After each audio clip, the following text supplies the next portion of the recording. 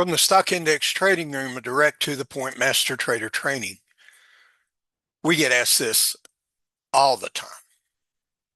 Why can't I seem to be able to hold my trades longer? Or why does the market seem to take off the minute I close my trade? See, most traders aren't losing because of the market. They're losing because they're trying to manage pain. Traders don't lose because they don't know how to trade. They lose because they're managing pain, not the market, pain. Let me show you how that works. You're in a trade and it starts to work in your favor. Almost immediately, you feel the urge to take profit, not because the trade's done, but because you don't want to feel the possibility of losing it. We just want to eliminate the feeling of being uncomfortable. See, that's not a strategy. That's psychology driving your execution. Traders fear loss way more than they value gain. So what do? They grab small profits and avoid fully realizing the large moves. And we do it over and over and over again. And as bad as that is, we have news that's even worse. When the market is slow and choppy and not going anywhere, you start trading more. Why?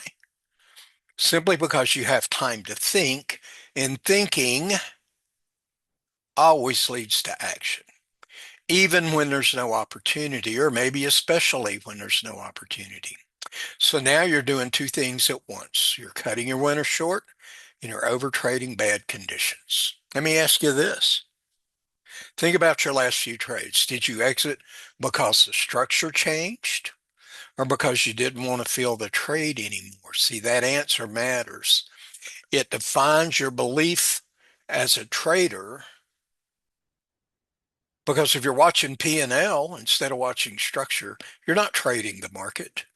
You're simply managing your emotions. Now, here's the reality of trading. Price will fluctuate. That's what it does. But structure and edges and master trader advantages don't fluctuate the same way. If your decisions are based on price movement alone, you will always feel unstable. But if your decisions are based on structure, you gain something most traders never have: stability. See, this is why you need a plan, not just for the entry, but for the exit. A plan that tells you when to take profit, when to hold, when the trade is actually over. But here's something that is mega important. How about a plan that allows you to do both? That way we satisfy both of the psychological needs that are driving us.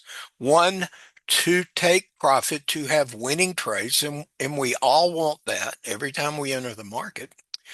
The other is to allow the part of you that wants to get maximum benefit from the trade.